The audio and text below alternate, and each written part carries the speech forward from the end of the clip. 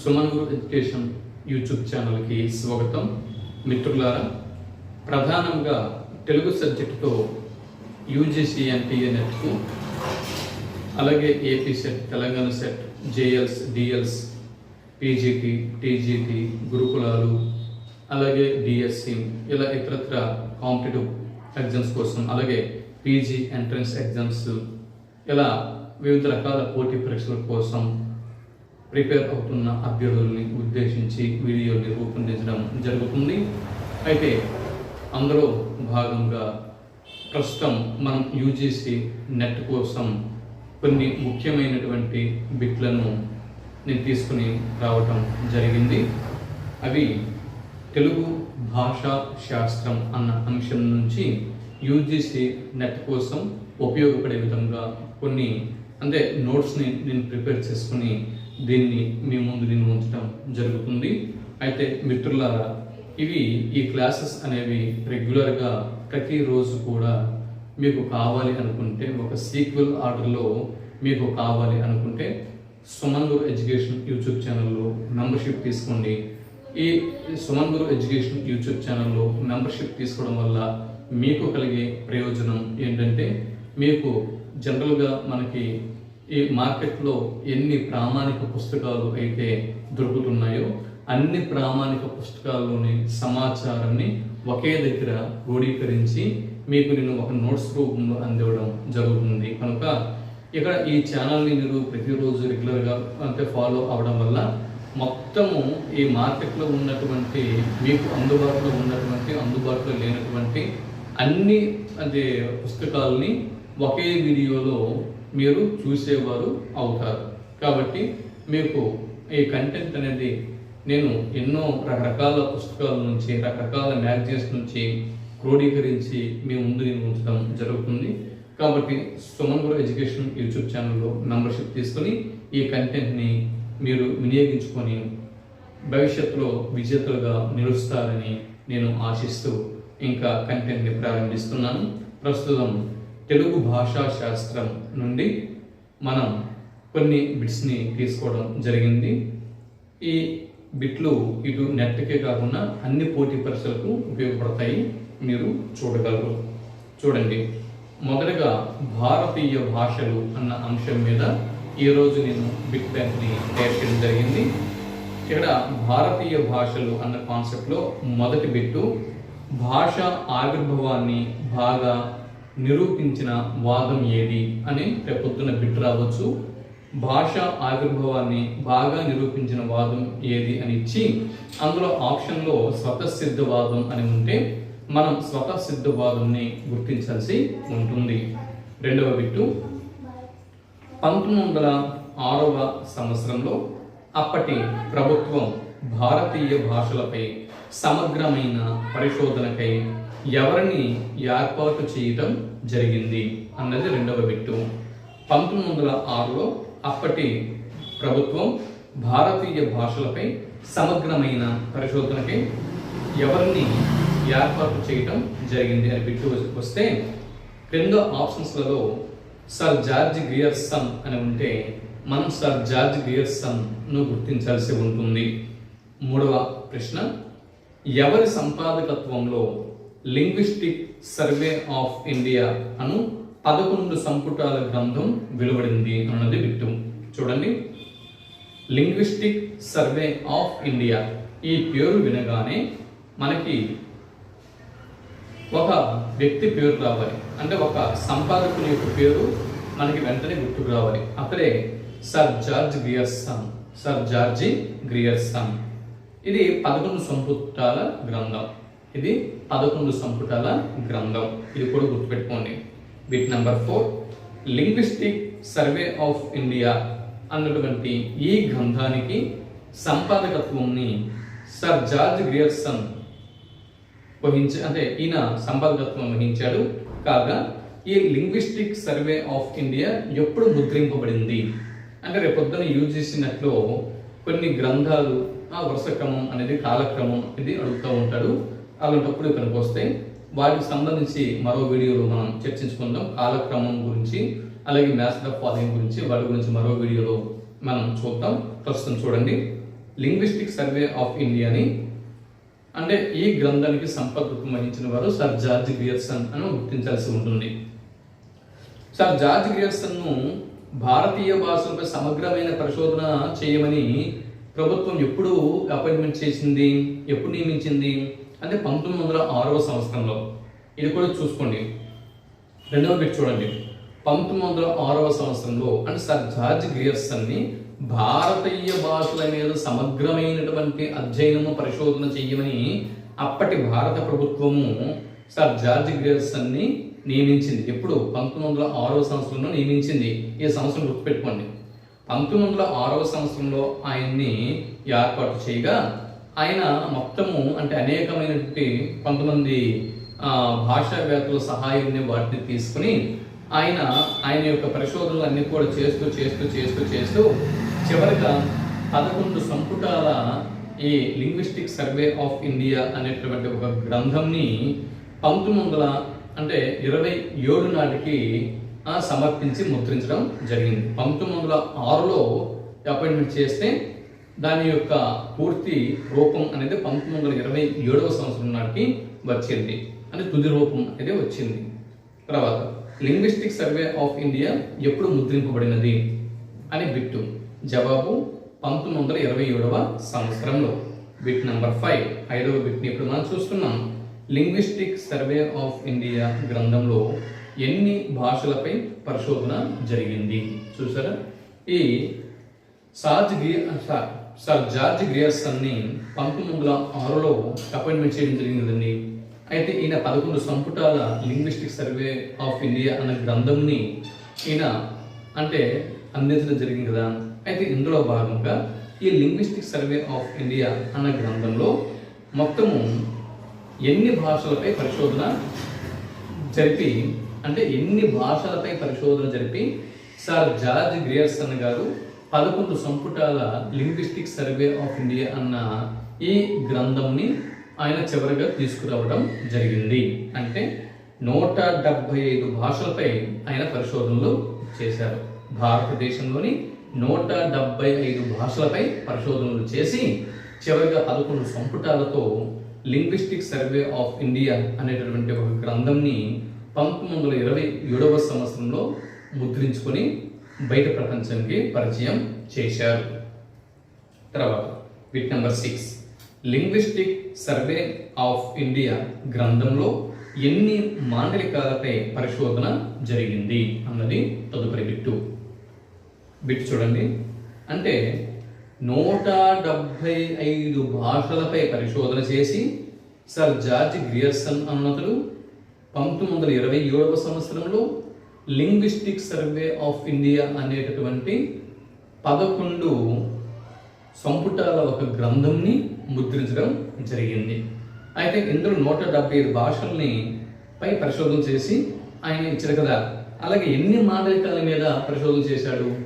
175 భాషలపై పరిశోధన చేసి అందులో 544 మాండలికాలపై కూడా పరిశోధనలు చేశాడు. అంటే 175 భాషలు మరియు 544 మాండలికాలు ఇవన్నిటితో కూడినటువంటి 11 సంపుటాల లింగ్విస్టిక్ సర్వే ఆఫ్ ఇండియా అనే గ్రంథంని సర్ జార్జ్ గ్రియర్సన్ గారు 1927 నాటికి మన ముందు ఉంచడం జరిగింది.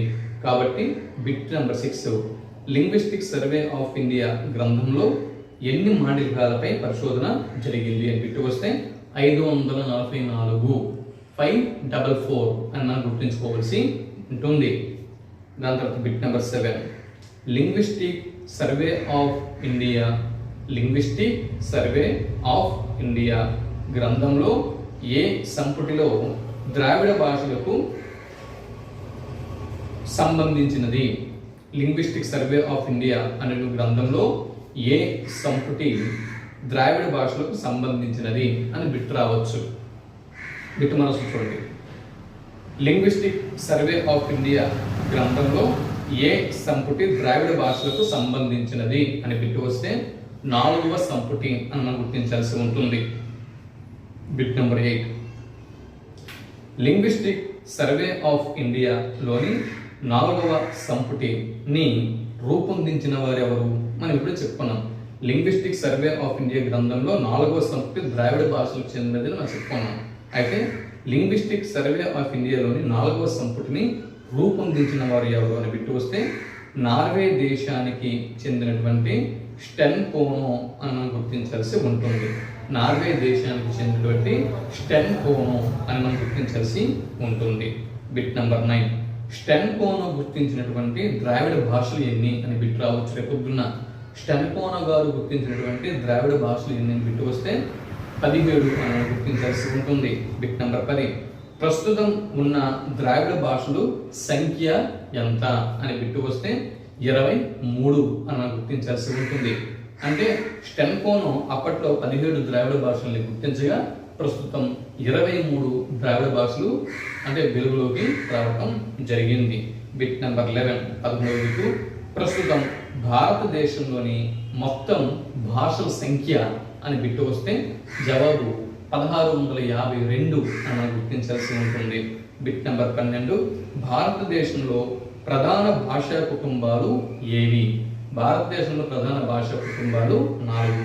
అవి 1 ఇండో ఆర్యన్ భాషా కుటుంబం, 2 ద్రావిడ భాషా కుటుంబం, 3 ఆస్ట్రో ఏషియాటిక్ భాషా కుటుంబం, 4 టిబెటో బర్మన్ భాషా కుటుంబం అని మనం గుర్తించాల్సి ఉంటుంది. Bit number 12. ఇండో ఆర్యన్ భాషా కుటుంబంనే ఇలా అని కూడా పిలుస్తారు అని బిట్టు వస్తే హిందవార్య భాషా కుటుంబం అని మనం గుర్తించాల్సి ఉంటుంది.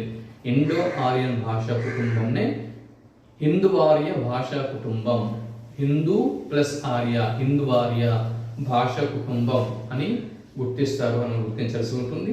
తర్వాత బిట్ నెంబర్ 13. హిందవార్య భాషల్లో చాలా ప్రాచీనమైన భాష ఏది అని బిట్టు వస్తే వైదిక సంస్కృతం అని గుర్తించాల్సి ఉంటుంది. Bit number 14. అతి ప్రాచీన వేదం ఋగ్వేదం. ఇది మనందరికి తెలిసిన విషయమే. ఇది ఏ కాలానికి చెందినది అని బిట్టు వస్తే క్రీస్తు పూర్వం 1500 సంవత్సరం కాలానికి చెందినది అని గుర్తించాల్సి ఉంటుంది. Bit number 15. లిఖిత పూర్వకంగా భారతదేశంలో అన్ని చారిత్రక ఆధారాలతో ముద్రణతో మనకు దొరుకుతున్న మొట్టమొదటి గ్రంథం ఏది? బిట్ మరోసారి. లిఖిత పూర్వకంగా భారతదేశంలో అన్ని చారిత్రక ఆధారాలతో ముద్రణతో మనకు దొరుకుతున్న మొట్టమొదటి గ్రంథం ఏది? జవాబు యాస్కుని నిరుక్తం, యాస్కాచార్యుని యొక్క నిరుక్తం అని మనం గుర్తించాల్సి ఉంటుంది. Bit number 16. ప్రపంచంలో ముద్రణ యంత్రాంగం వచ్చాక మొదటిగా ముద్రింపబడిన గ్రంథం ఏది అని బిట్టు వస్తే జవాబు బైబిలు. ఇది 1455వ సంవత్సరంలో ముద్రింపబడింది. 17. Bit number 17. తెలుగులో కూడా ముద్రింపబడిన మొదటి గ్రంథం ఏది అని బిట్టు వస్తే స్వర్గానికి గొనిపోవు దోవ అని గుర్తించాల్సి ఉంటుంది. ఇది 1815 మరియు 1817 ఈ సంవత్సరాల మధ్య ముద్రింపబడింది. Bit number 18. 18వ బిట్టు. పాణిని రాసిన అష్టాధ్యాయి అనే వ్యాకరణ గ్రంథంను మానవ మేధాశక్తికి మహత్తర గోపురంగా అభివర్ణించిన వారు ఎవరు అని బిట్ రావచ్చు. బిట్ మరొక చూడండి. పాణిని గారు రచించినటువంటి అష్టాధ్యాయి అనే వ్యాకరణ గ్రంథంను మానవ మేధాశక్తికి మహత్తర గోపురంగా అభివర్ణించిన వారు ఎవరు అని బిట్టు వస్తే బ్లూమ్ఫీల్డ్ అని మనం గుర్తించాల్సి ఉంటుంది. జవాబు బ్లూమ్ఫీల్డ్. Bit number 19. వైదిక ఆర్య వ్యవహార భాష ఏది? వైదిక ఆర్య వ్యవహార భాష ఏది? జవాబు వైదిక సంస్కృతం. Bit number 20. కావ్యాలలో వాడబడిన సంస్కృతం ఏది అని బిట్టు వస్తే లౌకిక సంస్కృతం.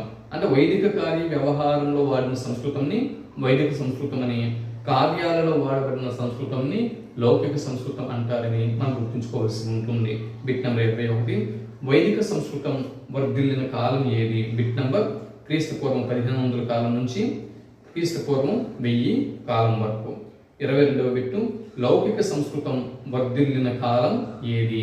జవాబు క్రీస్తు పూర్వం 1000 నుంచి క్రీస్తు పూర్వం 600.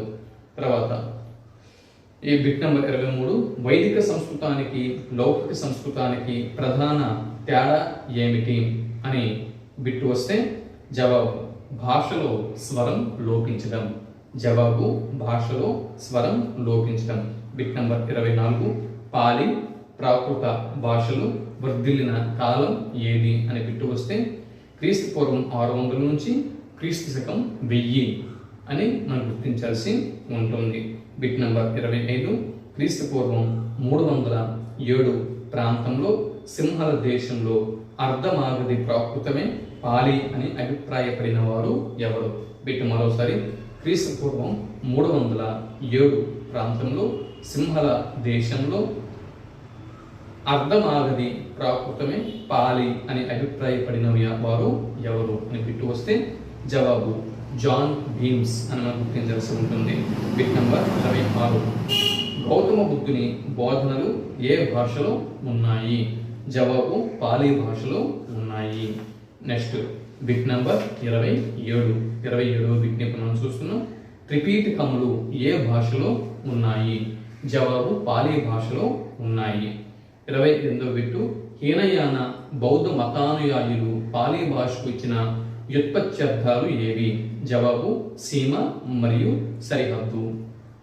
హీనయాన బౌద్ధ మతానుయాయులు అంటే హీనయాన బౌద్ధ మతాన్ని అనుసరించిన వారు పాలి భాషకు ఇచ్చినటువంటి వ్యుత్పత్త్యర్థము ఏమిటి అని బిట్టు వస్తే సీమ మరియు సరిహద్దు అని మనం గుర్తించాల్సి ఉంటుంది. 29వ బిట్టు లౌకిక సంస్కృతం నుంచి వర్ణ విభాగాదులతో ఏర్పడ్డ భాష ఏది? బిట్ మరోసారి లౌకిక సంస్కృతం నుంచి వర్ణలోప మరియు వర్ణ విభాగాదులతో ఏర్పడినటువంటి భాష ఏది అని బిట్టు వస్తే ప్రాకృతం అని మనం గుర్తించాల్సి ఉంటుంది. బిట్ నంబర్ 30 ప్రాకృత భాషను 7 విధాలుగా విభజించిన వారు ఎవరు? బిట్ నెంబర్ 30 చూడండి. ప్రాకృత భాషను 7 విధాలుగా విభజించడం జరిగింది. ఆ 7 విధాల ప్రాకృత భాష ఏది? జవాబు 1 మాగధి ప్రాకృతం, 2 అవంతిజ ప్రాకృతం, 3 ప్రాచ్య ప్రాకృతం, 4 శౌరసేని ప్రాకృతం, 5 అర్ధమాగధి ప్రాకృతం, 6 బాహ్లీక ప్రాకృతం, 7 దాక్షిణాత్య ప్రాకృతం. ఇలా 7 రకాల ప్రాకృత భాషలు అంటే వీటిని గుర్తించడం జరిగింది. 31వ బిట్టు అపభ్రంశ భాషలకు మాతృక అయినటువంటి భాష ఏది?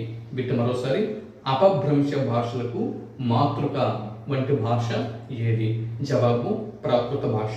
32వ బిట్టు కొన్ని ప్రాకృతాలు వాడుకల నుంచి గ్రంథస్థ ప్రాకృతాల కంటే భిన్నమైన రూపాన్ని పొందిన భాషలే. బిట్టు మరోసారి కొన్ని ప్రాకృతాలు వాడుకలో నుండి గ్రంథస్థ ప్రాకృతాల అంటే కొన్ని ప్రాకృత పదాలు అంటే ప్రాకృత మాటలు లేదా ప్రాకృత భాష పదాలు ఇవి వాడుకలో ఉండి కొన్ని ప్రాకృత భాషా పదాలు అనేవి వాడుకలో అప్పట్లో ఉండి గ్రంథస్థ ప్రాకృతాల కంటే అంటే గ్రంథస్థ ప్రాకృత భాష కంటే భిన్నమైనటువంటి రూపాన్ని కలిగి ఉండేది. సో అటువంటి ప్రాకృత భాషల్ని అపభ్రంశ భాషలు అని పేర్కోవడం జరుగుతుంది. ఇది ఒక బిట్టు. అంటే గ్రంథస్థమైన ప్రాకృతం వేరు, మామూలుగా వ్యవహారంలో ఉన్నటువంటి ప్రజల నాలుకల మీద ఉన్నటువంటి ప్రాకృతం వేరు కదండి. తెలుగులో కూడా గ్రాంధిక తెలుగు ఉంది, అలాగే ప్రామాణికమైనటువంటి పుస్తకాల్లో ఉన్నటువంటి తెలుగు ఉంది, అలాగే ప్రజల వ్యవహారంలో ఉన్నటువంటి తెలుగు ఉంది. ఒక్కొక్క ప్రాంతంలో ఒక్కొక్క మాండలికంతో ఒక్కొక్క యాసలో మాట్లాడుతూ ఉంటారు. కాబట్టి ఆ విధంగా ప్రజల నాలుకల మీద వ్యవహారంలో ఉండేటువంటి ప్రాకృత భాష వేరు, అలాగే గ్రంథస్థమైనటువంటి ప్రాకృత భాష వేరు. కాబట్టి ఈ గ్రంథస్థమైనటువంటి ప్రాకృత భాష కంటే కాస్త ప్రజల వ్యవహారంలో ఉండి గ్రంథస్థ ప్రాకృత భాషకి భిన్నంగా ఉన్నటువంటి ప్రాకృత భాషని అప్పట్లో అపభ్రంశ భాషలు అని చెప్పి పేర్కోవడం జరిగింది. తర్వాత అంటే అటువంటి ఈ ప్రాకృత భాష నుంచి రూపాంతరం చెందినటువంటి భాషలే అపభ్రంశ భాషలు. 33వ బిట్టు అపభ్రంశ భాషల నుంచి పుట్టినటువంటి భాషల్ని ఏమని పేర్కొంటారు? అపభ్రంశ భాషల నుంచి పుట్టినటువంటి భాషల్ని నవీనోత్తరాహ భాషలు అని పేర్కోవడం జరుగుతుంది. 34వ బిట్టు ఇక్కడ నవీన ఔత్తరాహ భాషలకి చూడండి, ఇక్కడ నవీన ఔత్తరాహ భాషల్ని ఒక 12 భాషల్ని నేను ఇక్కడ ఇవ్వడం జరిగింది. ఎందుకంటే రేపొద్దున ఒక బిట్టులు రావచ్చు, క్రింది వాటిలో నవీనోత్తరాహ భాషల్ని గుర్తించండి అని బిట్టు రావచ్చు. చూడండి, క్రింది వాటిలో నవీన ఔత్తరాహ భాషల్ని గుర్తించండి అని బిట్టు రావచ్చు. కాబట్టి బిట్టు అడిగినప్పుడు నవీనోత్తరాహ భాషలోని వేటిని అంటారో ముందు మనకి తెలిసి ఉండాలి. కాబట్టి 1 హిందీ, 2 ఉర్దూ, హిందీ ఉర్దూ, 3 బెంగాలీ, 4 పంజాబీ, 5 గుజరాతీ, 6 అస్సామీ, 7 ఒరియా, 8 మరాఠీ, 9 కాశ్మీరీ, 10 కొంకణి, 11 నేపాలీ, 12 సింధీ.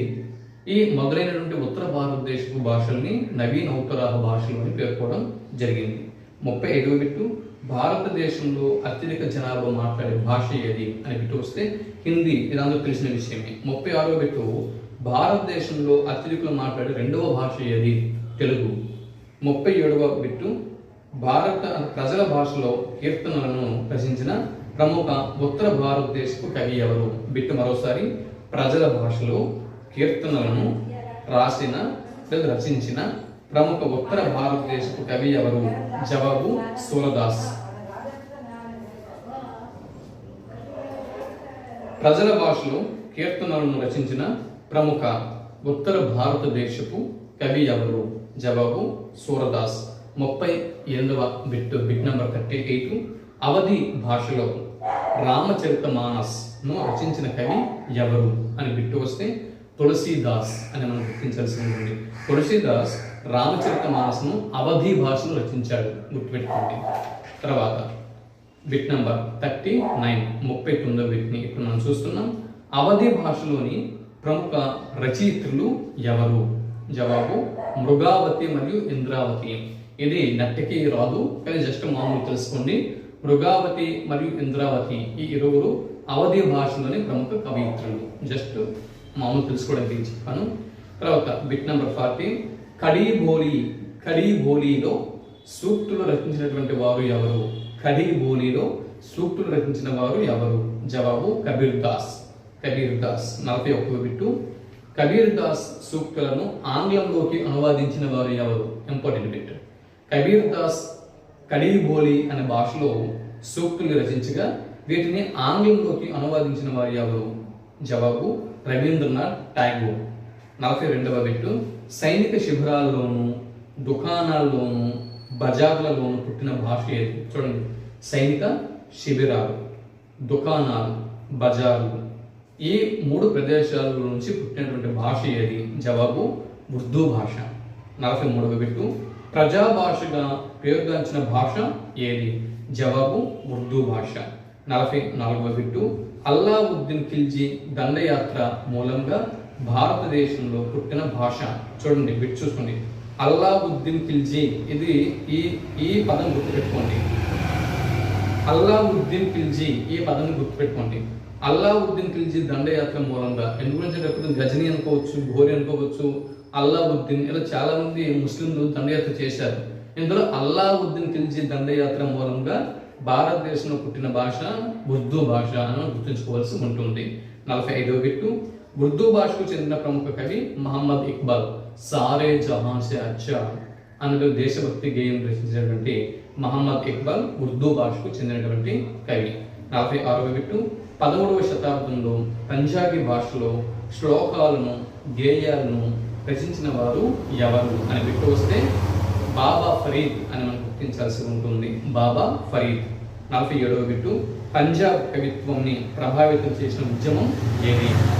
బిట్టు మరోసారి, పంజాబ్ కవిత్వంని ప్రభావితం చేసిన ఉద్యమం ఏది అని బిట్టు వస్తే సూఫీ ఉద్యమం అని మనం గుర్తించాల్సి ఉంటుంది. 48వ బిట్టు, ప్రముఖ రచయిత్రి మీరాబాయి ఏ భాషకు చెందినవారు? జవాబు గుజరాతీ భాషకు చెందినవారు. ప్రముఖ రచయిత్రి మీరాబాయి గారు గుజరాతీ భాషకు చెందినవారు. 49వ బిట్టు, బేపి, పైన, కంబారి, బేపి, పైన, కంబారి వంటి కళింగ మాండలిక పదాలు, ఇవన్నీ కూడా కళింగ మాండలిక పదాలు. వీటికి మూలం ఏది? జవాబు ఒరియా భాష. అంటే ఒరియా భాష ప్రభావం వల్ల శ్రీకాకుళం, విజయనగరం, విశాఖపట్నం ఈ తూర్పు ప్రాంతంలో దీన్ని తూర్పు మాండలికం అని అంటారు, లేదా కళింగ మాండలికం అని అంటారు. ఈ కళింగ మాండలిక పదాలు ఇవి బేపి, పైన, కంబరి అనేవి కళింగ మాండలిక పదాలు. అయితే కళింగ మాండలికాలు కళింగ ప్రాంతంలో వ్యవహారంలో ఉన్నటువంటి తెలుగుపై ఒరియా ప్రభావం అనేది అధికంగా ఉంటుంది. ఇది మనం గుర్తుంచుకోవాల్సి ఉంటుంది. కాబట్టి బేపి, పైన, కంబారి వంటి కళింగ మాండలిక పదాలకు మూల భాష ఒరియా భాష. ఇది తర్వాత బిట్ నెంబర్ 50. ఫారసీ భాష ప్రభావానికి అధికంగా గురైన భాష ఏది అని బిట్టు వస్తే కాశ్మీరీ అని మనం గుర్తించాల్సి ఉంటుంది. 51వ బిట్టు. మధ్య ఆర్య భాషలుగా పిలువబడిన భాషలు ఏవి? జవాబు పాలి మరియు ప్రాకృతం. 52వ బిట్టు. పాలి ప్రాకృతములను విభాషలు అని ఎవరు పిలిచారు? భరతుడు. పాలి మరియు ప్రాకృతములను విభాషలు అని పిలిచిన వారు భరతుడు. కబీర్ దాస్ సాహిత్యం ఏ భాషలో వచ్చింది? జవాబు భోజ్పూరి భాషలో వచ్చింది. కబీర్ దాస్ గారి సాహిత్యం అంతా భోజ్పూరి భాషలో వచ్చింది. 54 బిట్టు. అవధి లేదా కోసలి భాషలో రామాయణ రచన అనేది జరిగింది. తర్వాత చూడండి బిట్ నంబర్ 55. సౌరసేని భాష ఏ భాష నుంచి పుట్టింది? జవాబు పాలీ భాష నుంచి పుట్టింది. హిందీ మరియు ఉర్దూ రెండు భాషా రూపాలను కలిపి హిందుస్థానీ భాషగా పిలవటం జరిగింది. చూడండి, హిందుస్థానీ భాష అంటే ఏ రెండు భాషల మేళవింపు అని బిట్టావచ్చు. ఏ రెండు భాషల మేళవింపుని హిందుస్థానీ భాషగా లేదా హిందుస్థానీ సంస్కృతిగా పిలవడం జరుగుతుంది అని బిట్టు వస్తే అటు ఉర్దూ ఇటు హిందీ మరియు ఉర్దూ ఈ రెండు భాష రూపాలని కలిపి హిందుస్థానీ రూపంగా మనం పిలవడం జరుగుతుంది. Bit number 57. ప్రపంచ భాషా కుటుంబాల్లోనే అతి పెద్ద భాషా కుటుంబం ఏది? జవాబు ద్రావిడ భాషా కుటుంబం. 58. నీగ్రోయిడ్, కొలేరియన్ లేదా ముండేరియన్. ఈ కొలేరియన్లనే ముండేరియన్లు కూడా అంటారు. ఈ నీగ్రోయిడ్ లేదా కొలేరియన్లు ఈ జాతులు భారతదేశానికి తెచ్చిన భాషలు ఏవి అని బిట్టు వస్తే ఆస్ట్రో ఏషియాటిక్ భాషలు అని గుర్తించాల్సి ఉంటుంది. తర్వాత 59వ బిట్టు. అండమాన్ నికోబార్ దీవుల్లో వ్యవహారంలో ఉన్న భాషా కుటుంబం ఏది అని బిట్టు వస్తే ఆస్ట్రో ఏషియాటిక్ భాషా కుటుంబం అని మనం గుర్తించాల్సి ఉంటుంది. అండమాన్ నికోబార్ దీవుల్లో వ్యవహారంలో ఉన్న భాషా కుటుంబం ఆస్ట్రో ఏషియాటిక్ భాషా కుటుంబం. 60వ బిట్టు. సంతాలి, సవర భాషలు ఏ భాషా కుటుంబానికి చెందుతాయి? జవాబు ఆస్ట్రో ఏషియాటిక్ భాషా కుటుంబానికి చెందుతాయి. బిట్టు వస్తుందండి. ఎందుకంటే మన పక్కనే ఒరిస్సా ఉంది. ఈ ఒరిస్సాలోని సంతాలి, సవర భాషలు అనేవి బాగా వ్యవహారంలో ఉన్నాయి. కాబట్టి సంతాలి, సవర భాషలు ఏ భాషా కుటుంబానికి చెందుతాయి? ఆస్ట్రో ఏషియాటిక్ భాషా కుటుంబానికి మనం గుర్తించాల్సి ఉంటుంది. Bit number 61. ముండారి మరియు నికోబారి భాషలు ఏ భాషా కుటుంబానికి చెందుతాయి? ముండారి మరియు నికోబారీస్ భాషలు ఏ భాషా కుటుంబానికి చెందుతాయి? జవాబు ఆస్ట్రో ఏషియాటిక్ భాషా కుటుంబానికి మనం గుర్తించాల్సి ఉంటుంది. 62వ బిట్టు. బోడో, మణిపురి, అస్మక భాషలు ఏ భాషా కుటుంబానికి చెందుతాయి? జవాబు టిబెటో బర్మన్ భాషా కుటుంబానికి మనం గుర్తించాల్సి ఉంటుంది. బోడో, మణిపూరి, అస్మక ఈ భాషలు ఏ భాషా కుటుంబానికి చెందుతాయని బిట్టు వస్తే టిబెటో బర్మన్ భాషా కుటుంబం అని మనం గుర్తించాల్సి ఉంటుంది. 63వ బిట్టు. పశ్చిమ బెంగాల్, డార్జిలింగ్ కొండల్లో వాడుకలో ఉన్న భాష ఏది? పశ్చిమ బెంగాల్లోని డార్జిలింగ్ కొండల్లో వాడుకలో ఉన్నటువంటి భాష ఏది అని బిట్టు వస్తే లెప్చా భాష అని గుర్తించాల్సి ఉంటుంది.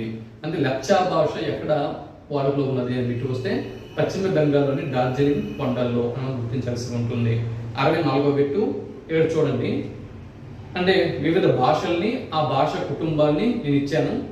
వివిధ భాషల్ని ఎడం వైపున కుడి వైపున ఆయా భాష కుటుంబాన్ని ఇచ్చాను. వీటిని ఎప్పుడు మీరు జత చేయండి. మ్యాచ్ ద ఫాలోయింగ్ ఒకటి ఇచ్చాను. గారో, అస్మక, లెప్చ.